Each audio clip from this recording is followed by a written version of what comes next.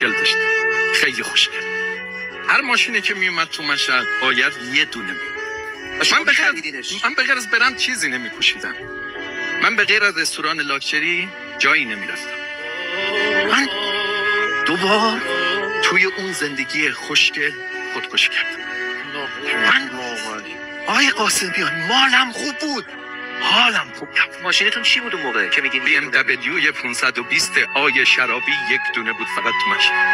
من 300 متر آپارتمان به پایین اصلا نمی‌نشستم. من غیر از کچلوار بالای 20 میلیون 30 میلیونی اصلا نمیپوشیدم. اون موقع زندگیم خوشگل بود، مثل زندگی خیلی از شما. چرا سر تکون میدید؟ شما هم همینطور، شما هم دنبال همینین. شما هم دنبال اینید که پولاتون رو زیادتر بکنید، بعد خونه هاتون عریض‌تر بشه، نمای خونه هاتون خوشگل بشه.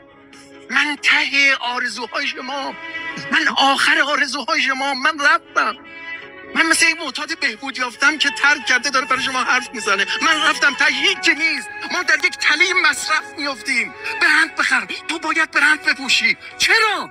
چون من تو خالیم. وقتی از تو خالیم باید از بیرون ساعتم برند باشه، کفشم برند باشه. اگر توی وجود یک انسان قرآن و مبانیش و مفاهیمش باشه که یک عبای پشمینم و عشق باشه که دیگه چیزی نیست. و عشق گم شده ای بود که من پیداش نمی‌کردم، چون نبود کسی به من بگه.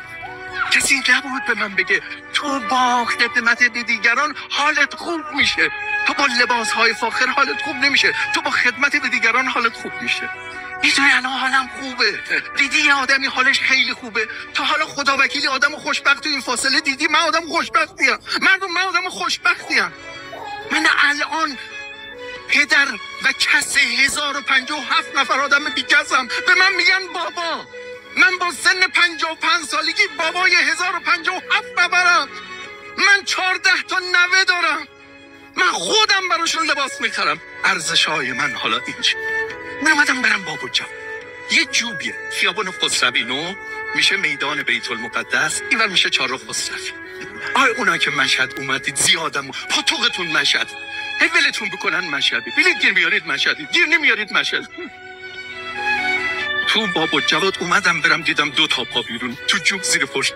چیه؟ 2 تا پا بیرون، 2 تا پا. یه معتاد متجاهر کارتون خواب رفت و زیر پل خوابید. دیدم درسته، پاهاشو کشیدم بیرون.